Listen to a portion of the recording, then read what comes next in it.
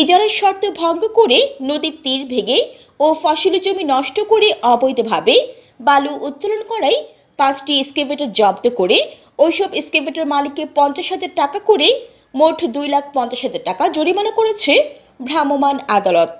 একই সাথে উত্তোলিত বালু জব্দ করে সেসব বালু পুনরায় নদী ও মহাসড়কের পাশে সৃষ্ট গর্তে ভরাট করা হয়েছে। ওইসব এক্সকেভেটর দিয়ে ভেঙে ফেলা হয়েছে বালু উত্তোলনের স্থাপনা। সোমবার বিকেলে শেরপুরের নালিতাবাড়ী উপজেলা প্রশাসন উপজেলার ভোগাই নদীর নয়াবিল ভাঙ্গা নামক স্থানে এই ভ্রাম্যমাণ আদালতের অভিযান চালায়। অভিযানে নেতৃত্ব দেন উপজেলা নির্বাহী কর্মকর্তা ও নির্বাহী ম্যাজিস্ট্রেট মাসুদ রানা। অভিযানকালে ভোগাই নদীর ইজারাকৃত ওই স্থানে উত্তোলন উপযোগী বালু না থাকায় এই স্থান থেকে বালু উত্তোলনে নিষেধাজ্ঞা জারি করে লাল পতাকা টানিয়ে দেওয়া হয়।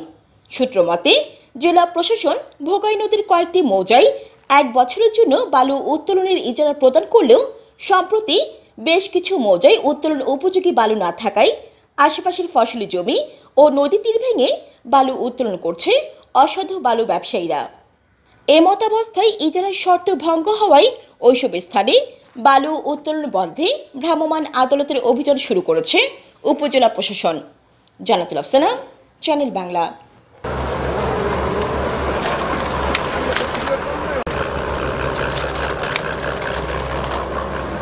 ভোগাই নদীর বালুমহাল যে জায়গায় ইজারা দেওয়া হয়েছিল, এই ইজারা জায়গায় তারা ইজারা শর্ত ভঙ্গ করে বালু উত্তোলন করার কারণে আজকে আমরা 3 ভেকু জব্দ করেছি এবং বিপুল পরিমাণ বালু জব্দ করা হয়েছে। আমাদের এই অভিযান পরিচালনা অব্যাহত থাকবে।